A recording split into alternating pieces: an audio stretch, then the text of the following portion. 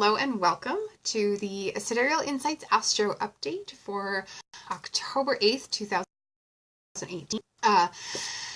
In Sidereal Insights, so what we do, every 2 weeks, we explore the astrology of the current planetary transits across the heavens from a Western sidereal perspective. And so if you need to look up your sidereal sign placement, there's an easy online calculator at mysticphysick.com/sidereal tools where you can find out for free.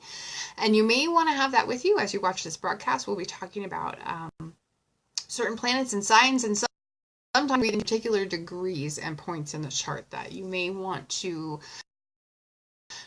see if you have planets or points at those particular degrees and signs. I'm 𝗏𝗲𝗲. I'm an astrologer and artist of Mystic Physick Astrology, and I use Western sidereal astrology in my practice to connect with your soul purpose and to help you remember why you came to begin with. And so my aim with the Sidereal Insights Astro Update is always to help provide guidance on how you can consciously use the energy of the transiting planets to affect your life in a positive way. So basically to respond to your transits rather than simply react to your transits. And so I'd like to invite you to like and share the broadcast. You can tag a friend if you know someone who might be interested in what we're going to be talking about today. You can also follow Mystic Physick on Facebook, and please be sure to subscribe to our YouTube channel, and that way you'll never ever miss a broadcast, even if you can't catch me live. So what's up for today? Let's talk a little bit about today's current transits. We still have a little bit of retrograde activity going on from some of the slower moving outer planets. We have we still have retrograde. That was a nice mashup there. I have Neptune retrograde in sidereal Aquarius. We have Uranus retrograde in sidereal Aries, and we have Venus just recently stationed retrograde on September the 6th. Saturn had been retrograde. He stationed direct last month, early in September. Venus stationed retrograde on October the 6th. I have that noted wrong in my notes right here. So Venus stationed retrograde on October the 6th. Saturn stationed direct on September the 6th in sidereal Sagittarius. So that was just about a month ago.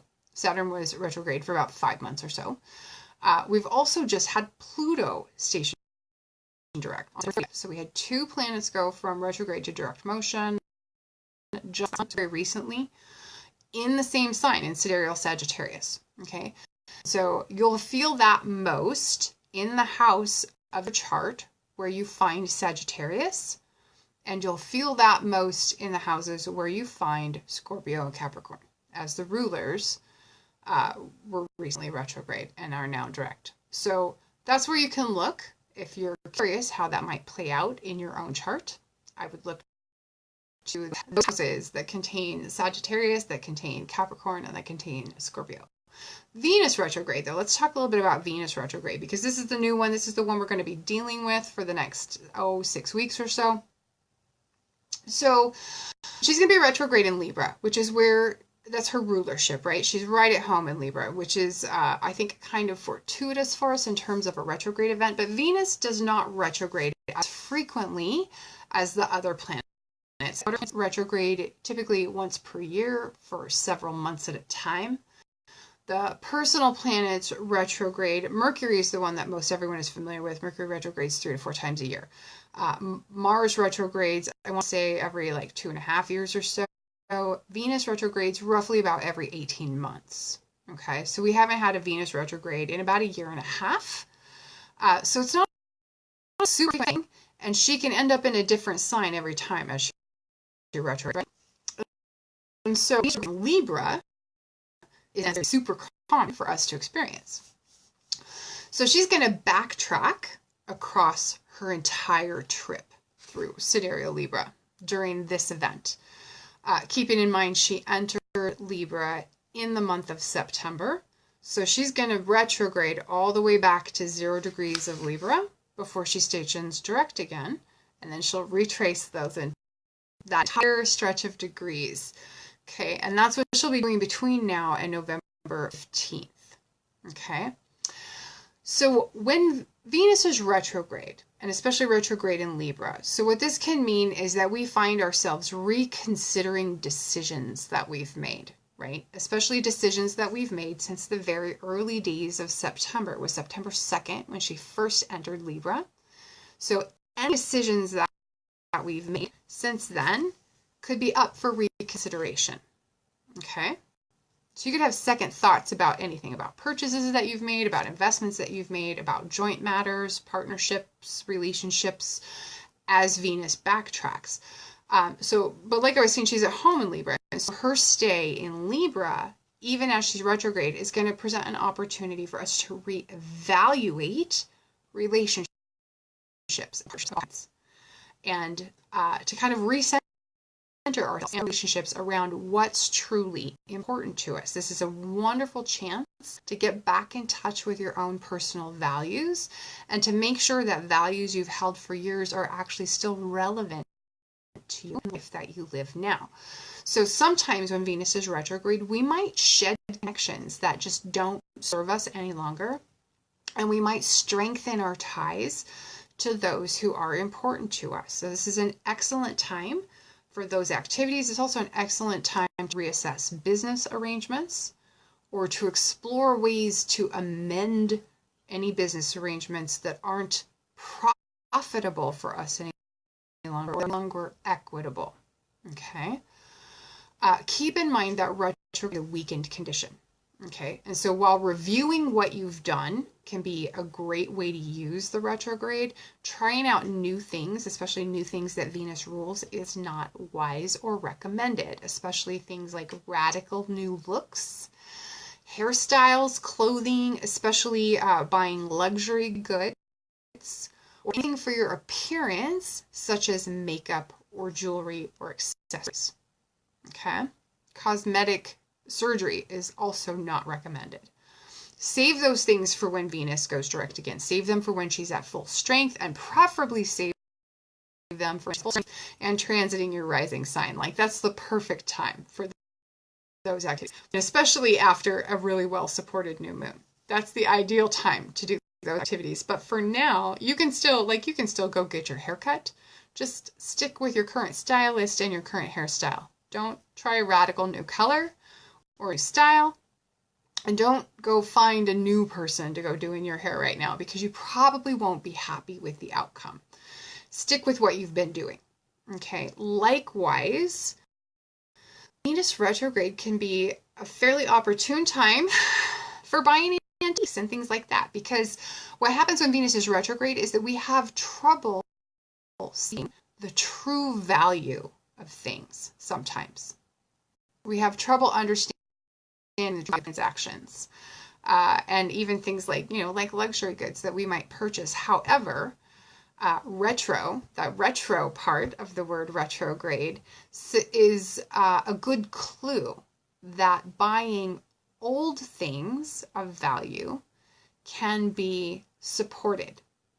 Reusing things that are valuable and durable, especially if they're beautiful and attractive, if they have a nice aesthetic quality to them, can be very well supported during Venus retrograde. And part of the reason why that can be so supported is because the person may not be clearly seeing the value of what they're selling. And so you may have the opportunity to pick up something very nice for a very good price if you're antique hunting or looking at buying old or reused or vintage clothing, furniture, or what have you. Okay, but buying the new stuff, making the changes to your appearance, save that for when Venus is at full strength. Likewise, this isn't a good time to start new businesses or new relationships or other types of partnerships either. So if you don't have to do those things right now, between now and November 15th, don't. Just wait, because waiting will benefit you. Wait until again, like I said, after mid-November. Another thing that we want to touch on right now, so eclipses. We came through eclipse season in July and August, and our new moon, our October 8th new moon, is the final new moon of eclipse season where we might feel the effect of an eclipse. And it would be specifically the last eclipse, the new moon in August, the new moon in Cancer. Okay, so this is our final lunation of eclipse season where we might feel an effect of one of those eclipses, keeping in mind that eclipses have an effect of up to 60 days before and after they actually happen. So some of you may be getting eclipse news, probably not very many of you. Most of you already had the getting eclipse news in the days right around October 8th. The 6th, on the day after Venus retrogrades, Mercury is going to move into Libra as well. So you're going to join her there. We're going to have Mercury and Venus and Jupiter for a little bit, all hanging out in Libra. Okay, and so what Mercury will do while he's there for about 3 weeks, that's going to help lend mental energy and help bolster our attention, especially while we're engaged in our own reevaluation. So regardless of what area of life you are reexamining due to Venus's retrograde, the ability to objectively interpret whatever metric you're using as your yardstick for results is going to be critical to the success of your reevaluation, right? So having Mercury support there is going to be quite helpful. Okay. Also, let's talk a little bit about that. We kind of jumped around a little bit here, but I didn't want to leave out the fact that Mercury is going to be in Libra for this 3-week period. So the new moon in Virgo, excuse me, I'm going to take a drink real quick. So this new moon in Virgo will open a path to health and healing, okay, through reconnecting with healthy, nourishing foods, through reconnecting with healthy daily exercise habits, right? Through reconnecting with nature and natural world, through gardening, through trades, through crafts, especially those that involve weaving or fiber arts, okay? We also might feel a little bit more practical right now, right? We might be more likely to find comfort in practical things like being organized or being productive, being on time. That's my cat. One of them, I'm not sure which, getting into something. Let's hope it's not breakable. Okay. But we might be feeling more inclined to those feelings of taking comfort. And so being organized and being productive are going to be kind of forefront for this time at the new moon in Virgo. And we can especially tap into that through Virgo-ruled themes. So through things like nursing or caring for other people in our family or for other people in general, through cooking, through hearty meals and a cozy, warm, dry home, right? So with all that, there's also an underlying possibility of unexpected news because we have Uranus caught up in this new moon. And so he brings the likelihood that something unexpected can happen right around the new moon in conjunction with it. It could be news, it could be travel accidents or travel delays. It could be any kind of disruption of a Mercury-ruled activity. Okay? And then, of course, there could be other surprises as well caught up in the energy of the new moon in terms of rebelliousness or unpredictable behavior, us tending to act maybe on our urges and impulses that we might otherwise not act on due to Uranus opposing Mercury from Aries. Okay? You can catch the guided intention setting practice for the new moon in Virgo at mysticphysick.com/new-moon-virgo-intention-setting. And I will actually post that link in the description for the video so that you can visit it more easily. But I walk you through a guided intention setting practice that is in alignment with the new moon in Virgo, and that can help you connect with healing and health and self-care and self-love and some healthier practices and some healthier daily habits. And what I'm going to do, just briefly, is plug in my phone. This is my second video, and it looks like we are taxing the batteries. Hold on just one moment. Plugged in so that we don't lose battery power for the rest of the broadcast. So also coming up, Jupiter is going to be moving into Scorpio this month. Jupiter takes about a year to travel. So Jupiter moving into Scorpio is significant. He's been in for the last 12 months. Scorpio is an intimate sign. Scorpio has rulership over our psychological nature, over sex, secrets, investigations. Jupiter in Scorpio could be well used for major psychological exploration, especially one that's directed towards healing, with the intention of healing emotionally. Re-examining research would be a wonderful application of Jupiter in Scorpio. Audits and investigations would be well supported while Jupiter's in Scorpio. And I would recommend using some time while Jupiter is in Scorpio to focus on letting go of grudges. Okay, and here's why. Jupiter expands what he touches, right? He grows it, he makes it bigger. And so when he's in Scorpio, what that means is that we may have a tendency to become more secretive, and we may have a tendency to hold on to our hurts and our slights and our anger over them longer than we normally would. Holding a grudge is a signature of Scorpio energy. Okay. So with Jupiter there, if we're more likely to hold a grudge or to hold one longer or to be more upset or angry or hurt or bitter about something, it's very important for us to remain cognizant of that potential, especially since that potential can have an impact on us for the entire coming year.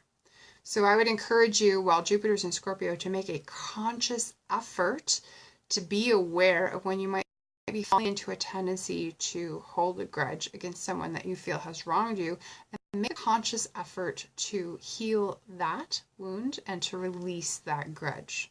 Okay?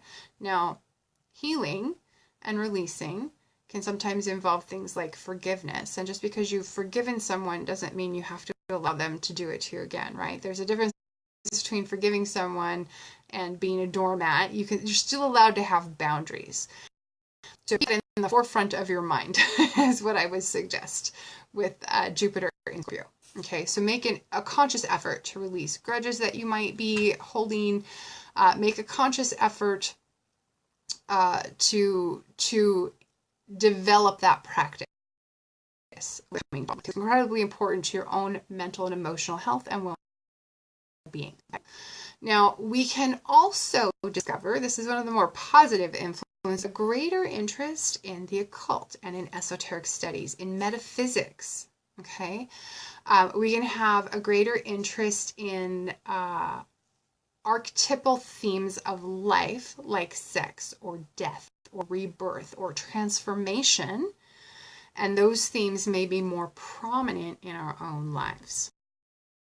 We may also see that Jupiter's time in Scorpio brings opportunities for growth in whatever house Scorpio rules in your own sidereal natal chart. So be sure to read your October full horoscope by sign to get a clearer picture of how that can affect you. And remember to read for both your sun sign and your rising sign to get a more full understanding of how Jupiter and Scorpio can affect you, and to get a more full understanding of how Venus retrograde can affect you. Okay. Now, also, the sun is going to enter Libra on the 18th.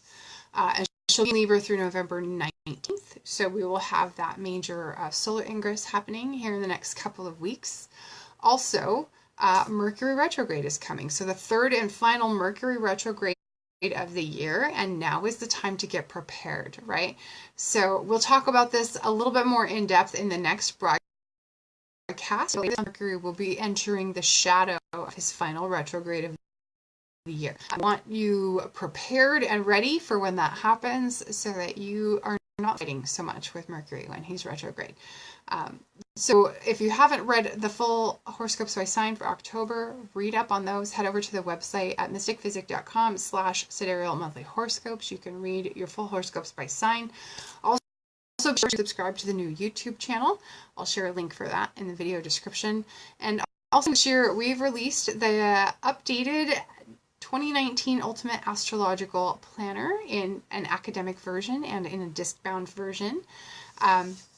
They all include 13 months. The academic planner version is 13 months from October 2018 to, August 2018 to August 2019. Also available like I was saying, in printable refills. So if you have a special size planner, like a Happy Planner or Passion Planner or 𝗏𝘀𝘀𝗀 Planner, or something that's a different size than a typical full-size planner, you can download your own printable planner inserts to fit most common planner brands, and you can check them out at mysticphysick.com/2019. And I'd like to invite you, of course, to like and share the broadcast, especially if you found something of value in it and you share that with someone you know. You can feel free to tag them in the comments, and check out the Mercury Retrograde Survival Guide at Mystick Physick for general guidance and specific tips. This is the important part, specific tips for how you can use this Mercury retrograde specifically for the house that Scorpio falls into in your sidereal natal chart, because Mercury will be retrograding in Scorpio. And it's the time to be thinking about how you're going to prepare for that. So you can get the guide at the website, and it's the perfect thing for, so I created it because I keep encountering folks who dread Mercury retrograde. They absolutely hate Mercury retrograde. Oh my God, is it retrograde again? And so I don't want you to feel like that what can't go wrong will go wrong, right? I don't want you to feel like that's just how Mercury retrograde has to be, because it doesn't have to be that way. It can be a challenging time. Things can happen to us and our patience, but there are ways that you can use it intentionally. You can make friends with Mercury retrograde, and I would encourage you to do so. This, of course, gets back to responding to our transits rather than reacting to our transits, right? So in this guide, it's very in-depth. It includes strategies for what you can do if you can't avoid taking certain retrograde, and I've expanded the house by house categories using retrograde to your advantage. So I wrote a blog post. I expanded the house applications of Mercury retrograde so that there's even more detail in the ebook. And you're going to refer back to this 3 to 4 times a year. Every time Mercury retrograde in a different house, potentially, because it's in a different sign, potentially. And so you can whip this out anytime that we have a Mercury retrograde coming up. You can pick out where it's going to land in your particular chart, and you can see the specific applications for how you can actually put it to work in a way that works for you rather than fighting it. And so you'll learn what critical actions to avoid during every Mercury retrograde cycle, what you can do to protect yourself from Mercury's shenanigans, and how you can turn any retrograde around and put it to work for you, including specific steps that you can take so that it's smooth sailing all the way through, including how you can get deliberate about how to use the retrograde and how to use it in alignment with your own natal blueprint. And that is for maximum potential. Okay. And it includes how you can know where to dive deep and consciously explore your life so that Mercury retrograde is working with you and not against you. So I'll teach you how to identify those things so that with a little bit of advanced preparation and discussions, you can align your actions and your intentions with whatever Mercury's plans for you are and take charge of your retrograde experience. And so normally I offer the downloadable ebook for $17.99. Right now, I've put it on sale just for a limited time. You can get it for $12.99. So go to the website, mysticphysick.com / Mercury Retrograde Survival Guide, and I actually think that might take you to a different link. So I'll post a link for the Mercury Retrograde Survival Guide in the video description as well, so that you can grab your copy while it's on sale, so that you can be prepared this time and learn to love the retrograde. And I want to thank you all for joining me on today's broadcast. It's been great to have you, and we'll see you again next time.